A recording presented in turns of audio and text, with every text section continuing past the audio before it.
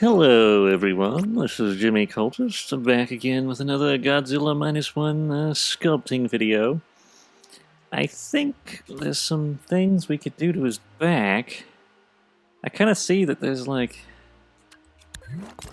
some things we could add here. Maybe it's just my imagination. But I was looking at these photos and he kind of seems to have this arch back here.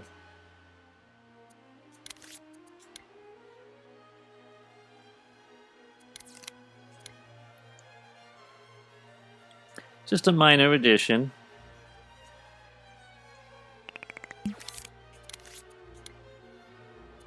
Clipped mirror, of course.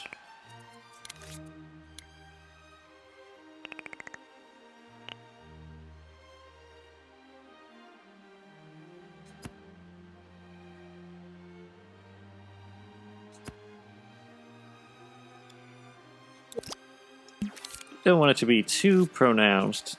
Just kind of see that there's like a necessity for alteration, just a little bit.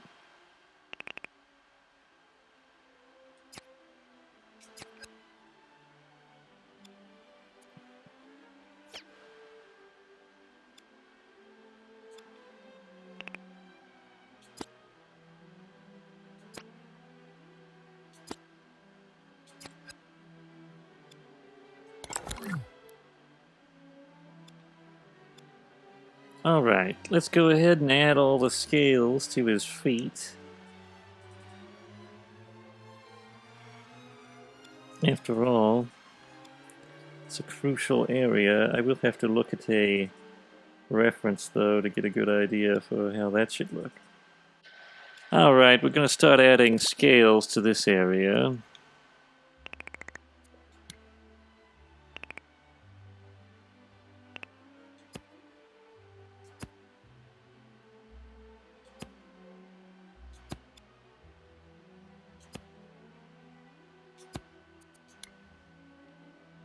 That looks about right. Actually, you know, I might do it manually. It would look even better if it were manual. Let's get rid of clipped mirror and just do it like this.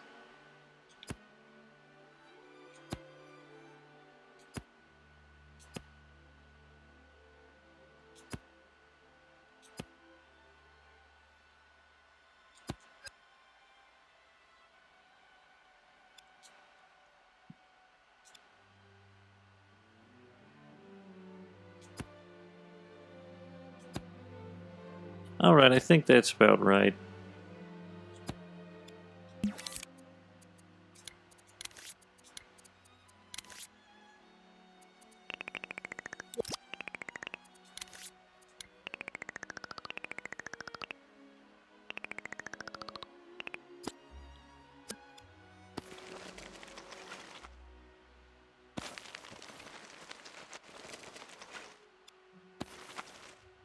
Might be useful to press that.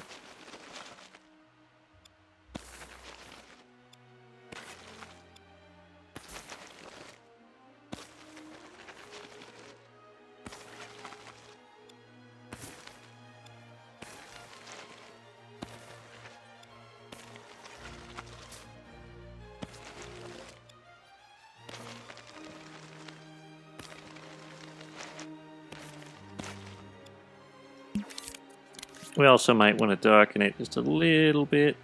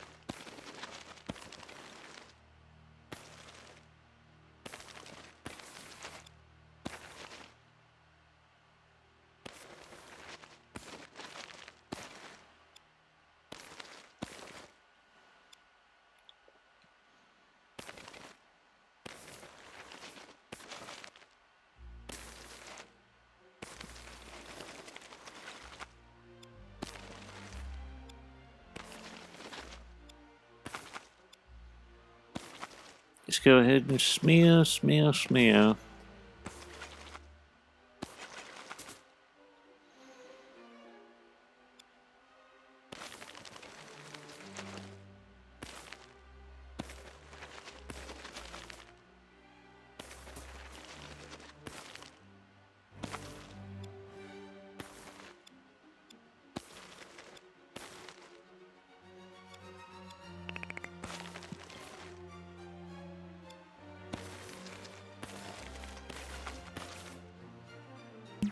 Get rid of this.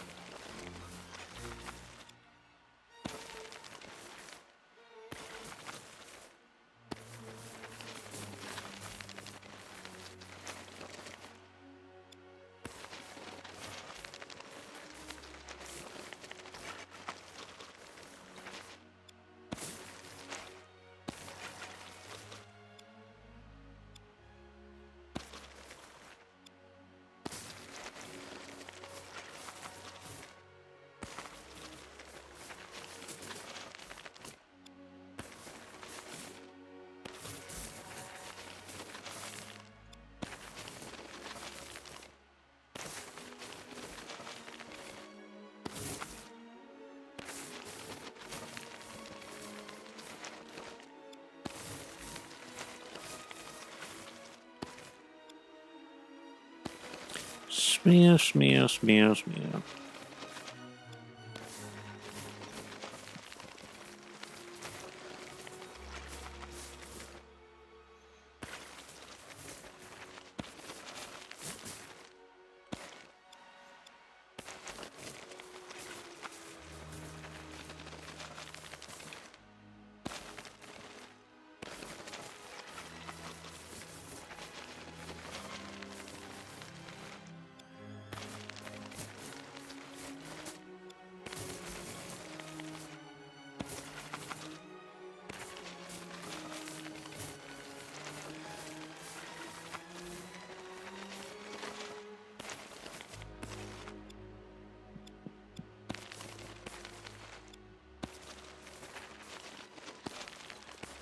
You may be wondering if we're going to leave these scales flat like that. We aren't going to. They are going to have surface detail just like the rest of them. I just advise using a smaller, smaller size for that.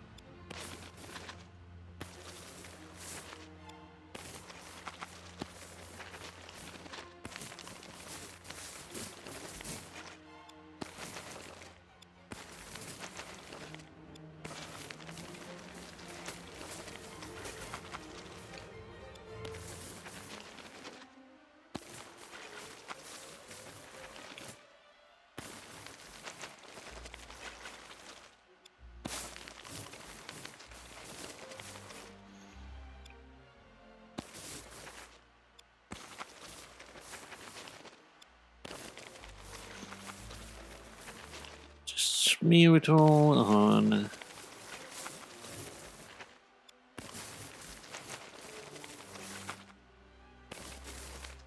It's amazing how much surface it takes just to cover one little foot.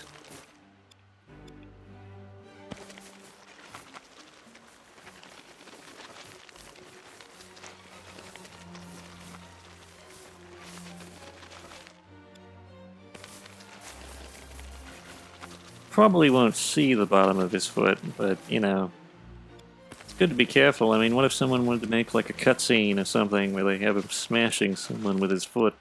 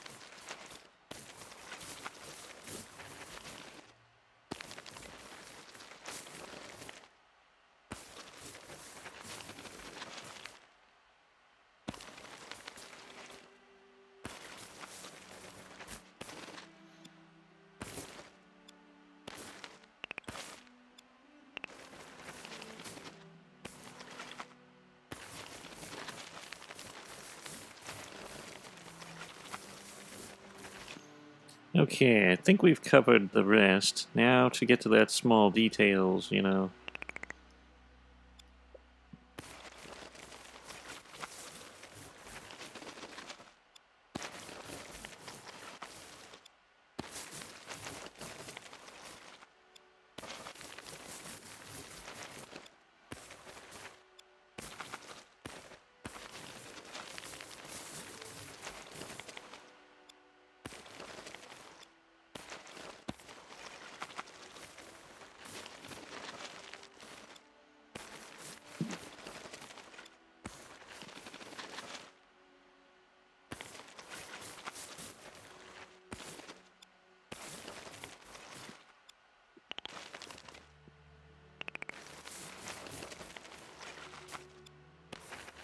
That's pretty good.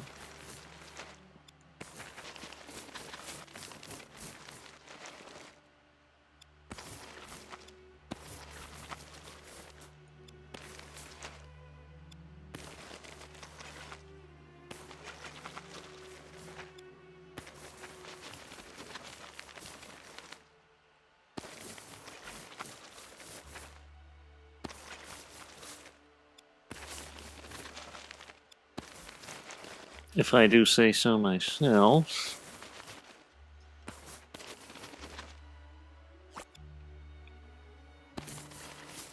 And we are going to add little highlights here and there.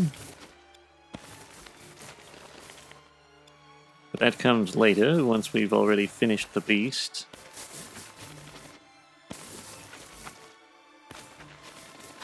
Well, practically finished, because of course, you know, until we've added everything, he's not done. But when you basically have most of the surface detail and the extra doodads, you know, the paint really will help solidify this.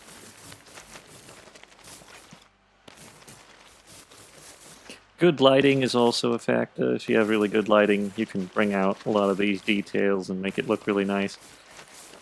I try to make it as versatile as possible. That's what you want to aim for, I guess, if you're making these kind of things. Like, make it so that if it appears in almost any lighting, it looks fairly decent. There are exceptions to the rule.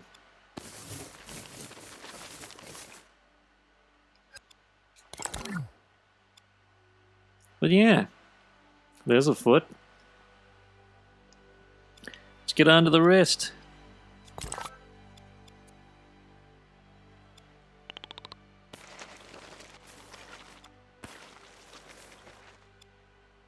Maybe we could put these down here just in case his foot, you know, appears higher than we want it to or something.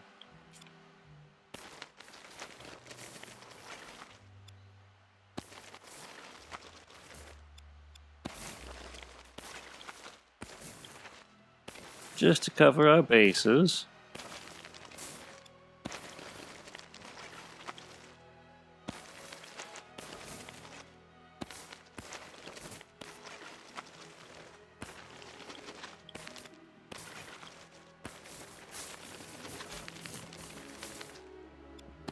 I don't know if I'm going to use manual paint the way I am without the clipped mirror through the entire thing. It's mostly just this front part because we kind of messed around with it just a little bit in order to get these scales perfectly on balance with the feet.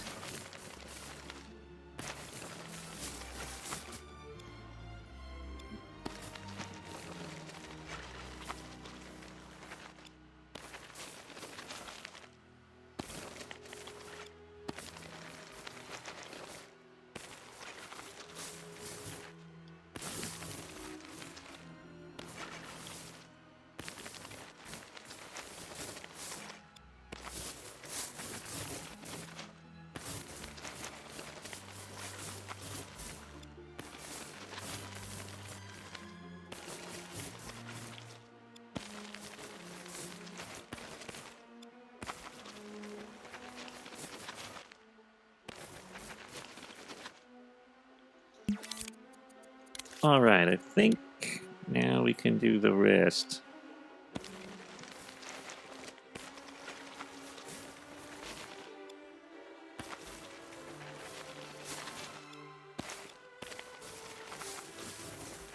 using clipped mirror.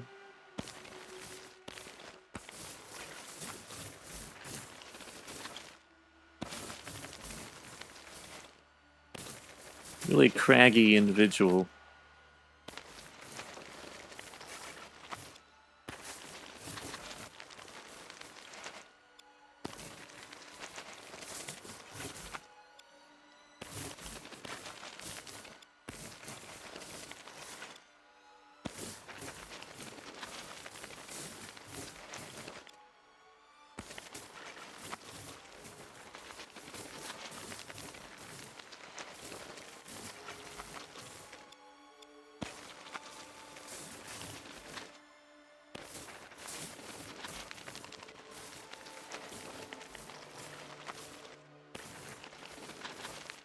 Check the other side. Appears to be going all right.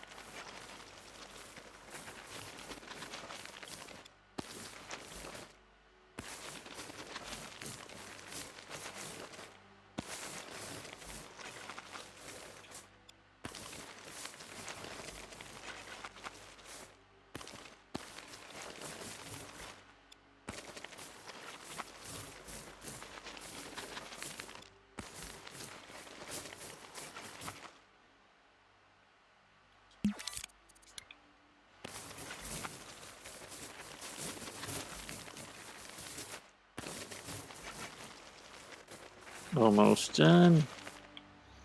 It's gonna look nice when all of it is in place.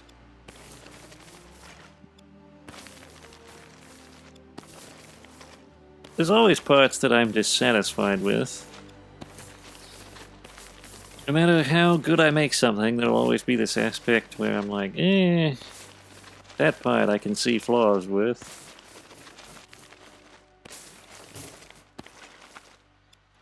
But as long as it gets the job done. Nice.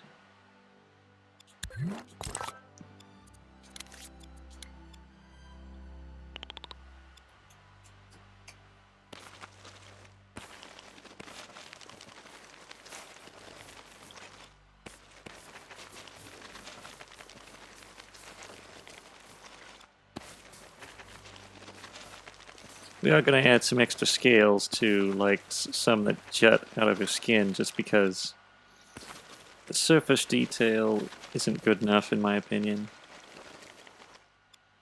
It's a pretty good basis, but you need a little extra, because -1 is just the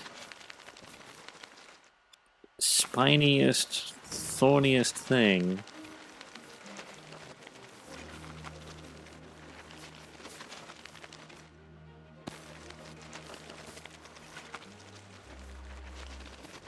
Covered in bumps, warts, and jagged edges.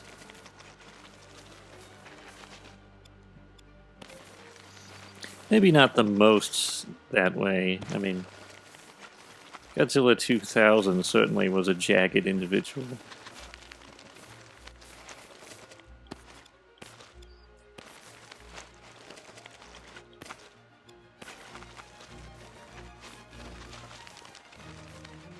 Definitely falls into the category, though.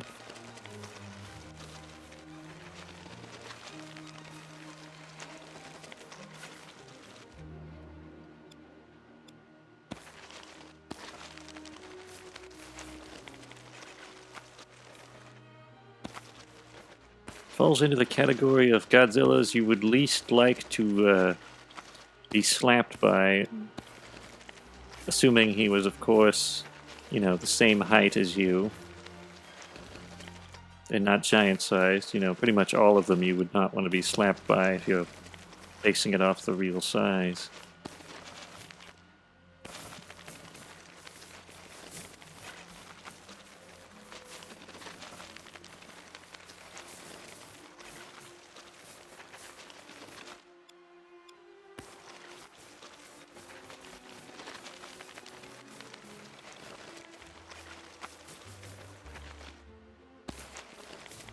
Let's just say, -1, if he were, you know, a man in a suit tackling you on the subway, he would probably be the most unpleasant.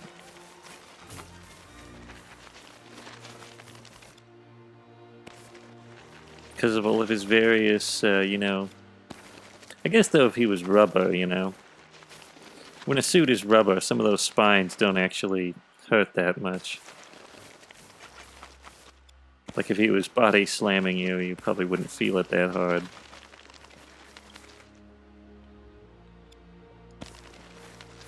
Curious if you could actually make Godzilla Minus One as a suit. Like, is that even possible?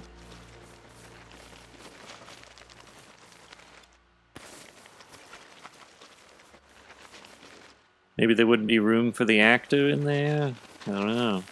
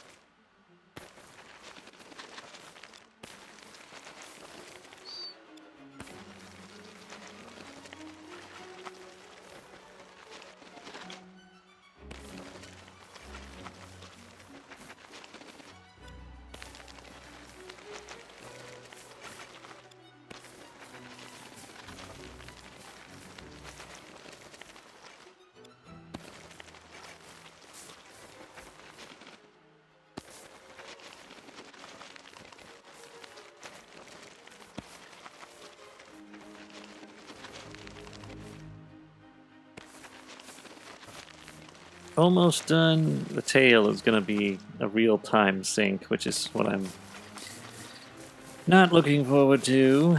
I kind of would like to, you know, get some good progress done in this video, but the tail is going to bog us down. Probably going to take the rest of the video, frankly.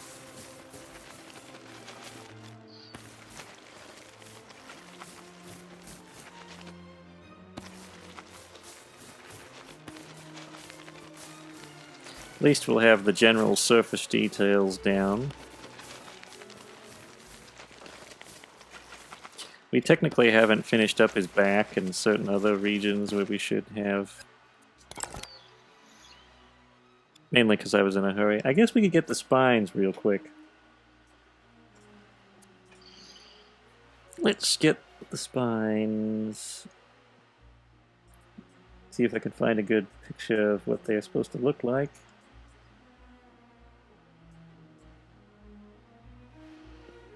Oh yeah, that won't be so bad. Famous last words.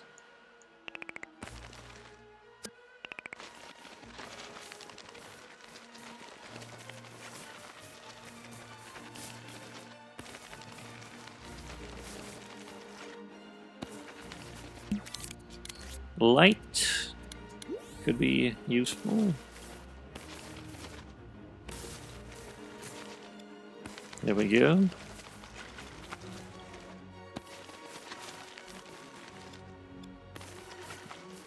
Kind of like these Dorito spines.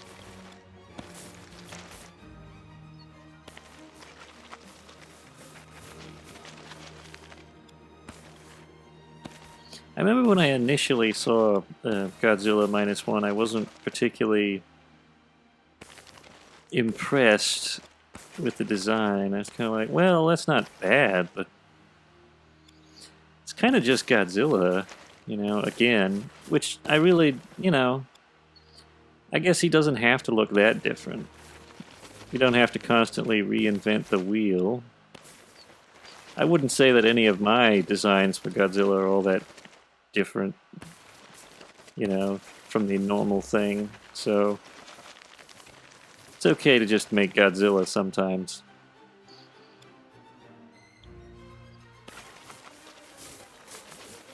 I guess after Shin Godzilla, though, I was expecting something different, because he was very weird.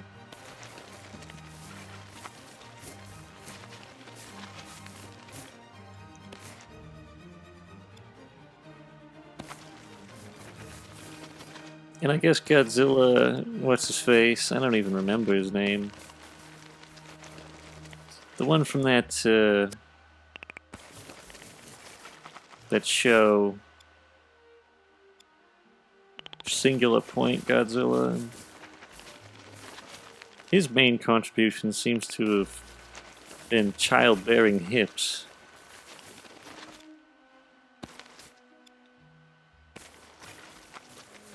That's what makes him different. I suppose the face is different. And his scales are a little bit different.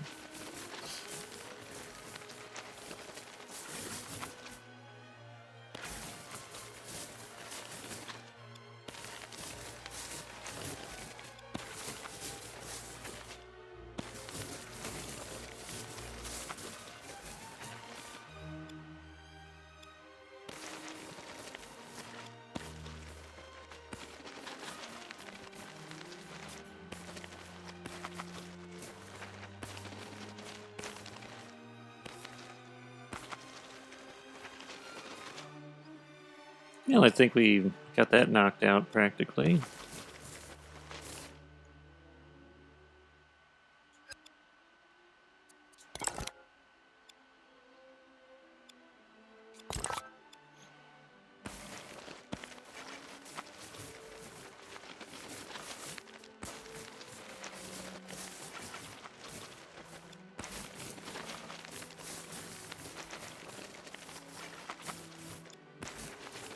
Not sure if he actually has these.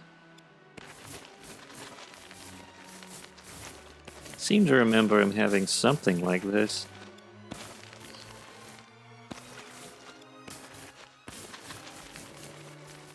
My eyes just kind of glaze over when I look at his back. It just looks like a big pile of thorns and things.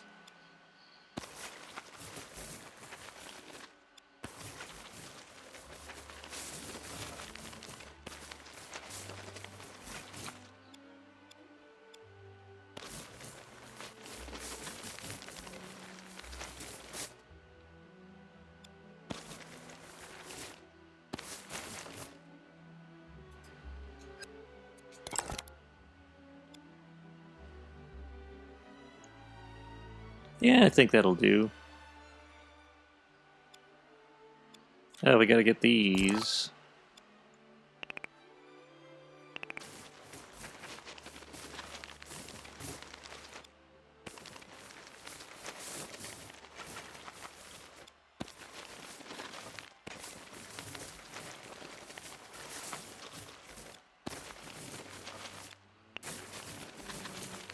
Hopefully he doesn't run up the thermo too much. I do intend to use him in the game.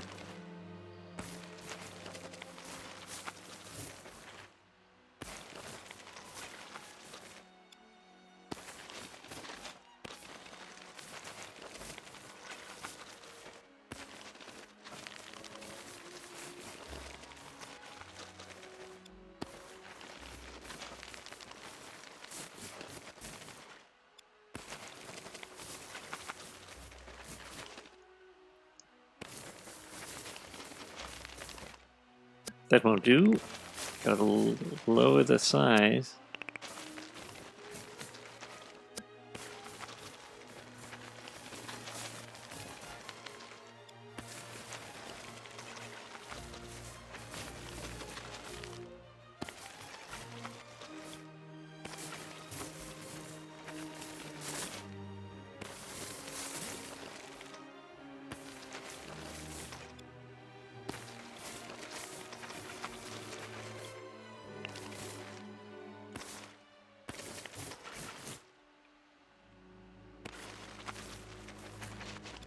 Alright, I think we got it for that one.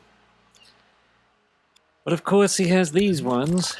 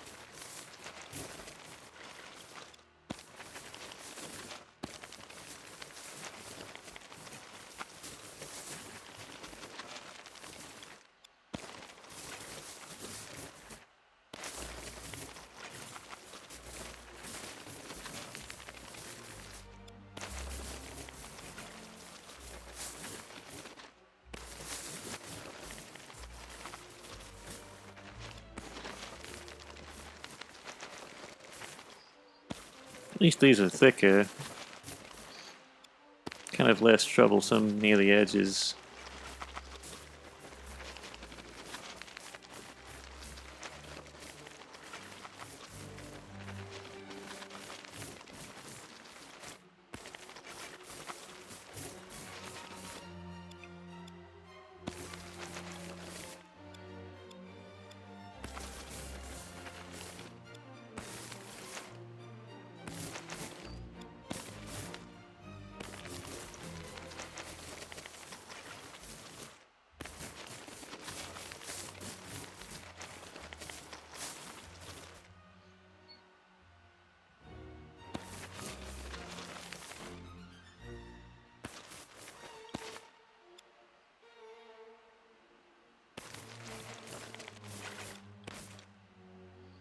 Are we ready?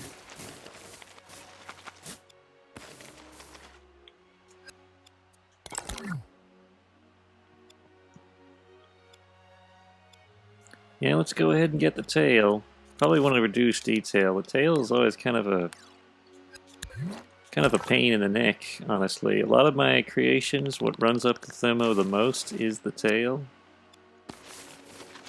Of course, that's so low detail, it probably won't even be good to look at, so gotta run it up slightly higher. Yeah, gonna bite the bullet.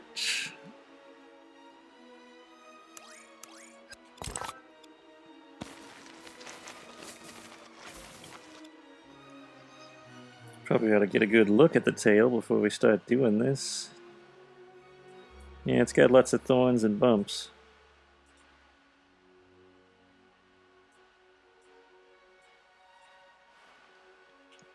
I think I might do something different, start back here, because I have some pretty good ideas about how that should go. Of course, let's do this real quick. I just think it's more convenient flipping the thing. I like working on this side. It also helps that my reference is oriented on that side.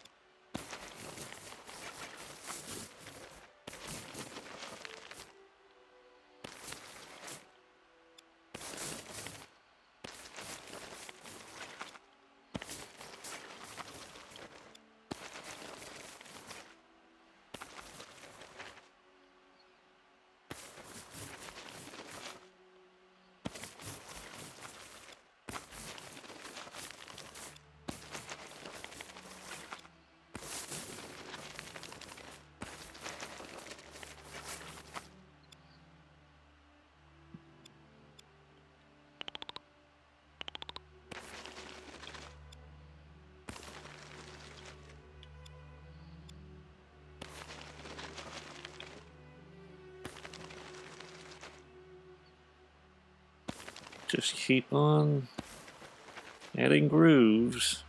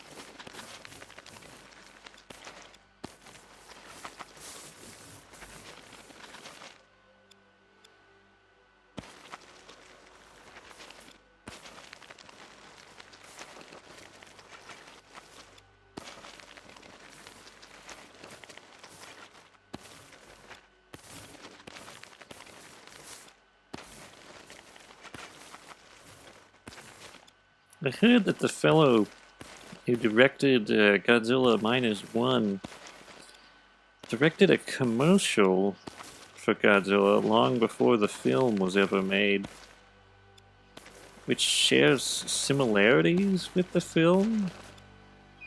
I don't know if that's true or not, but if that is, it's kind of weird.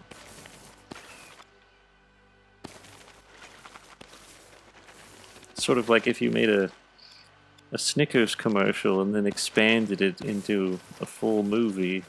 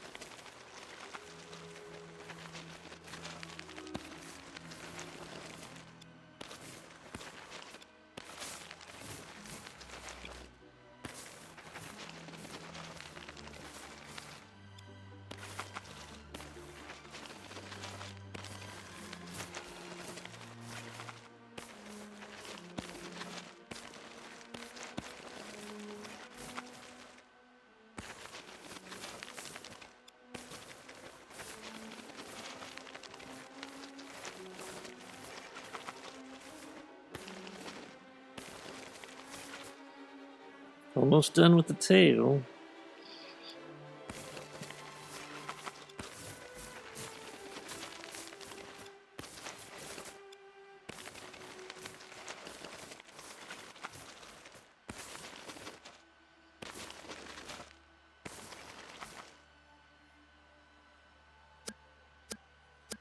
Different approach is required for this part.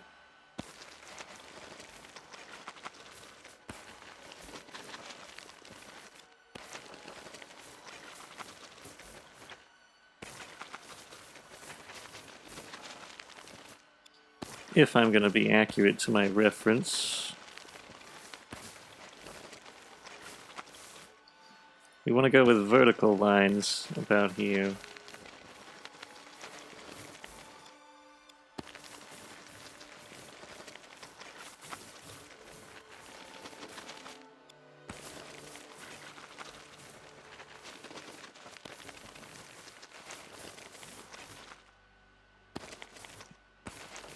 Big part of making things like this is just getting all the different patterns and, colors to go together. It's not too hard with -1 as far as like the color is concerned. But with creatures, it's mostly about skin texture, you know, different skin types, rough scales versus, you know, smoother scales. How do you make it all fit together like a real animal? Or a fictional animal, I don't know. How do you make it believable?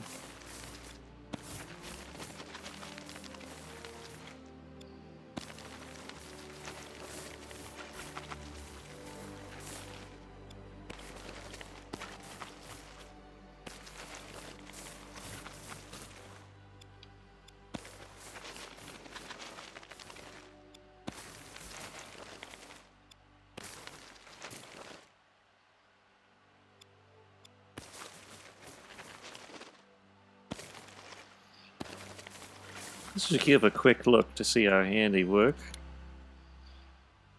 Yeah, that's looking pretty good. Gotta finish up those other spines, of course. And there will be the additional details that we mentioned, but that's coming later. Probably not in this video. The one after this might be the last one if I'm lucky.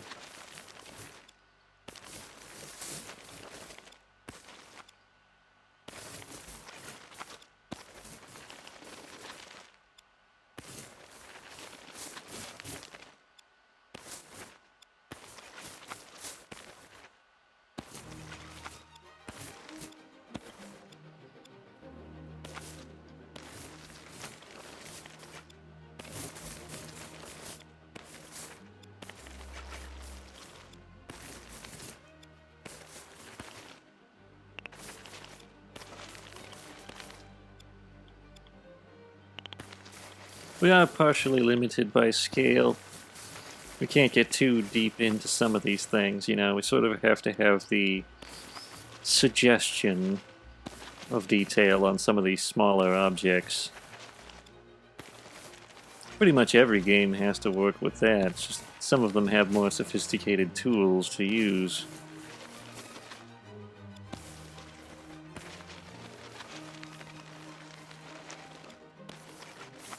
A lot of realism in games is actually down to texturing and lighting. Like, the real model in most cases isn't actually that complex. I mean, depending on what it is, it might be more complex, but for a human being, it's just kind of all the warts and, you know, stuff. And you don't have to make those three-dimensional.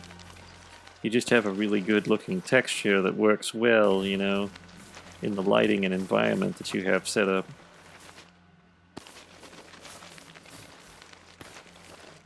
I really don't see the point. There's people who talk about the ability to render human pores, you know, accurately. Like you've got little indentations in the person's face, and it's really, really accurate. And that seems kind of like a waste of processing power to me.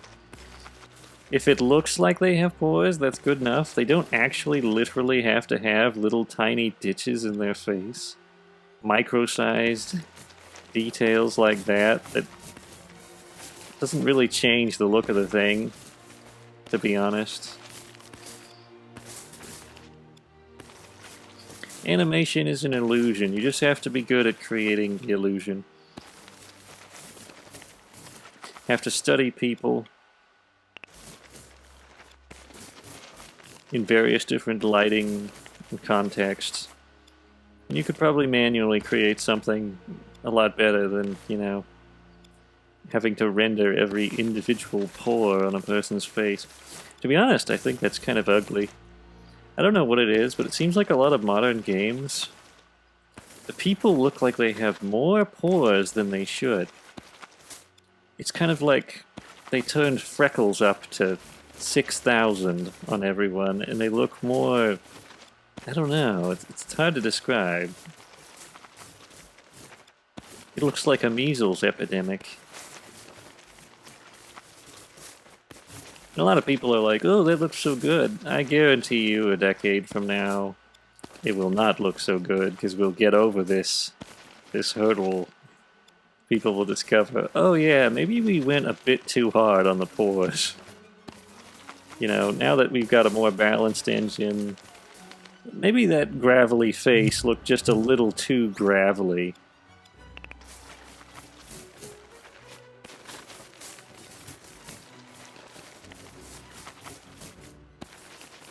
Every decade has its short sights when it comes to technology, you know, where they like can't exactly predict. I don't know though. I think if you're just observant, you might be able to notice some of these things.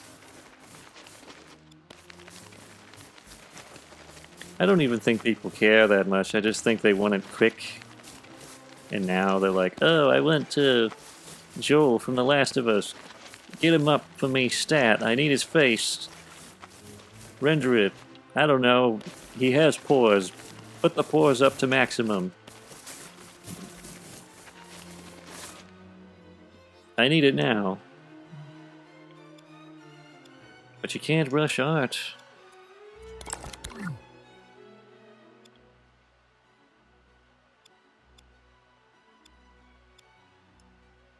Well, we've got a little bit of extra time left. We can actually do some more stuff. Finish the tail, and we got time to keep on going, so let's get that back.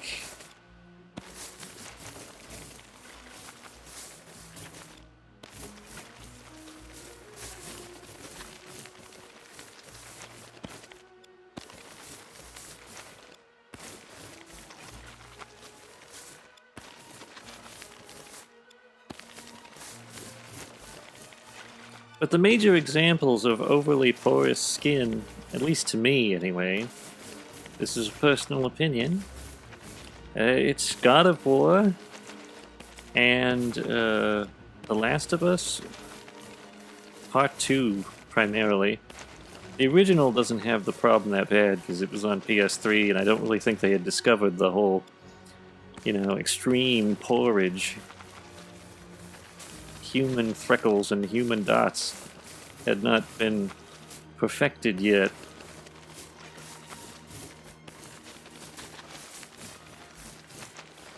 I guess Horizon Zero Dawn also partially suffers from this problem where they have way too many dots.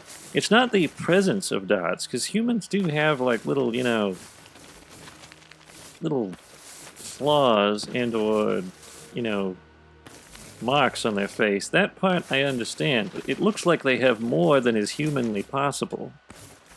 Maybe it's just an illusion, I don't know. It looks like their face is made out of sand. It might also be overcompensation.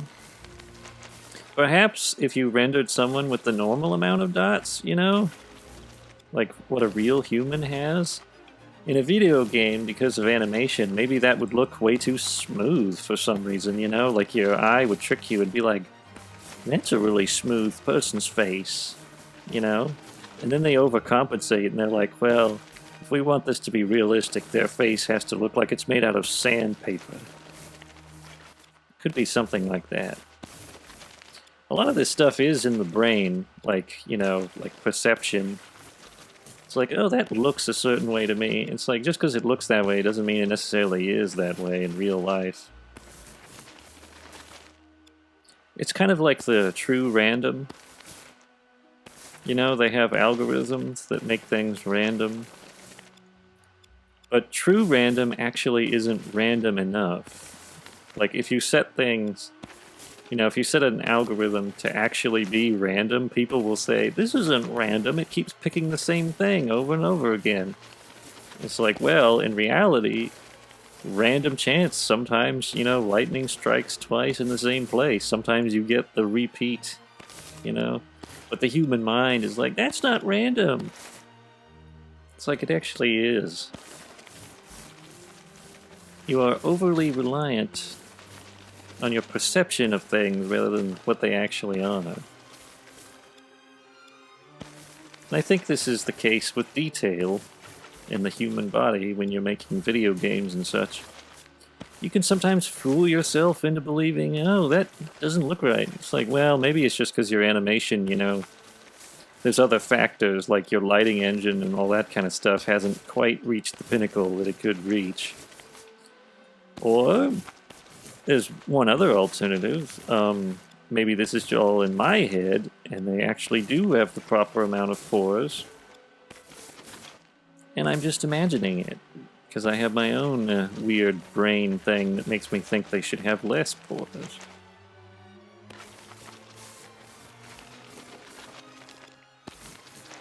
And there's another possibility. What if the people who work on these games are just stupid?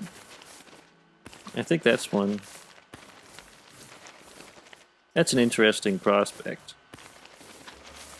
They're just stupid people who aren't artistic and don't know how to do anything right. That's a prospect.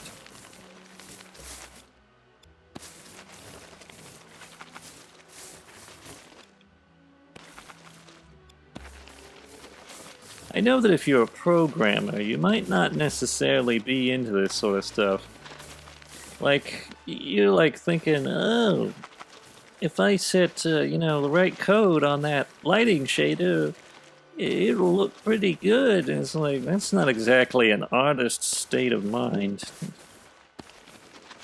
You know, to be thinking in ones and zeros and such. People will be like, well, art evolves. You know, art evolves over time. You can't judge. Now art is made in a computer. This is true. Tools evolve. I'm afraid, though, that when it comes to art, it doesn't actually evolve truly. It's just we get more tools to make it. Good direction is worth more than knowing what you're doing in some ways. If you can perceive things, and if you're, what do we call it, observant, and you have a good vision for, you know, what the final product will look like when it's all done, that goes a lot longer than knowing how to, you know, a lot further, I should say, than knowing how to code the thing. It's true that, you know, you won't get anywhere if you don't know how to code it, but if you know how to code it and you don't know how to make it look good, you're still stuck. So, yeah. Afraid you're just screwed? A lot of people talk about video games being art, but none of the people who make video games are artistic. I mean, they're artistic in that kind of way that, you know, that kind of like mass production kind of way where it's like, oh, Citizen Kane, really great movie. It's like, yeah, but you don't know why. You were just told that it was really great. It's like, I will make Citizen Kane. Because Citizen Kane good. And it's like, that's not how it works. I hear that stories with horses are really good, so I will put horses in game. It's so stupid. But whatever. I mean, they could do what they want to do. Their defense, though, usually, because people will be like, your game, you know, isn't that great. And the defense will be, well, we weren't making a game, we were making art. It's like, well, no, actually you were just making chicken slop, because you're not an artist. You can't just be an artist by learning how to code and going to the right universities. It's a kind of a born thing. I mean, there is technique. You can learn technique, but that doesn't mean you're going to use the technique for anything good. Like, you can learn how to build architecture. You can learn the nuts and the bolts, you know, all the right places to put the nails. That doesn't mean you're going to build a good-looking building. It takes, you know, panache. It takes some kind of style, some kind of, you know, gigawatts to make it work. Anyway, we're done with the back. And I think we're pretty much out of time, so I think I'll call it there. course, we will give a quick shout out to our monthly supporters on Coffee. There they go. Wonderful people. And that's all for now. If you enjoyed this video, don't forget to leave a like and subscribe to the channel. And don't forget to ring the notification bell so you never miss another video. If you wish to support our earnest insanity, you can check the links in the description to donate or buy merch. Until next time, goodbye.